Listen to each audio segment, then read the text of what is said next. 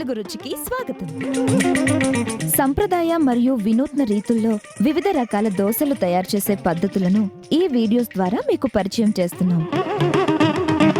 దిబ్బ రొట్టె.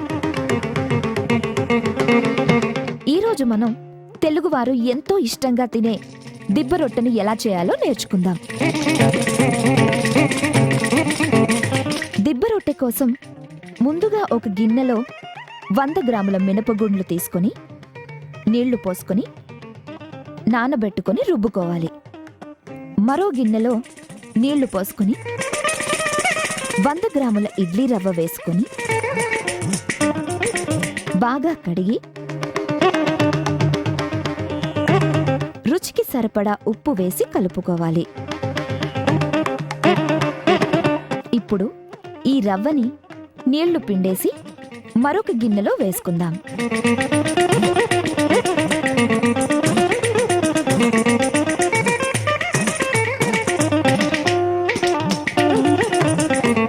ఇప్పుడు రుబ్బిన మినపపిండి కొంచెం తీసుకొని ఇందులో కలుపుకోవాలి.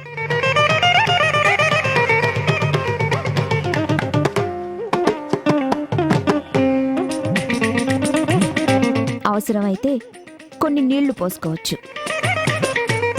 ఇప్పుడు ఈ పిండికి తగినంత ఉప్పు వేసుకొని 4 గంటల పాటు పులియబెట్టుకోవాలి.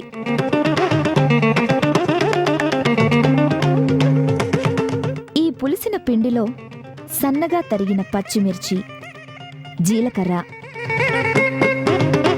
తరిగిన కరివేపాకు, తరిగిన ఉల్లిపాయలు,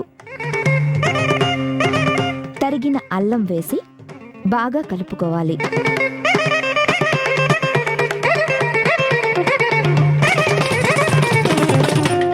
ఇప్పుడు ఒక కడాయిలో నూనె వేడి చేసి అందులో మనం తయారు చేసుకున్న పిండిని 5 లేక 6 గరిటెలు వేసుకుని సమానంగా ఒత్తుకోవాలి.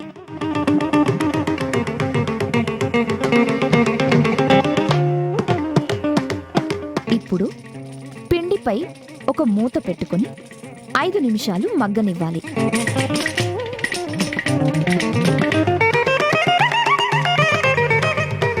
ఇప్పుడు కింది వైపు జాగ్రత్తగా అంటుకోకుండా తీసి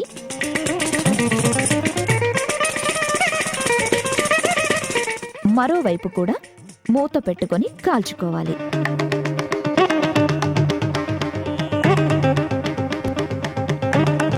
ఇప్పుడు కరకరలాడుతూ మధ్యలో మృదువుగా ఉండే దిబ్బ రొట్టె తయారైపోయింది.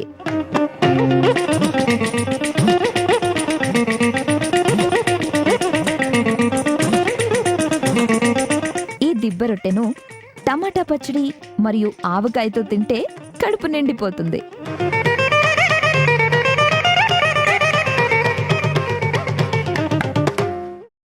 మా ఈ వంటలు కనుక మీకు నచ్చితే లైక్ కొట్టండి, షేర్ చేయండి, and please subscribe to Telugu రుచి.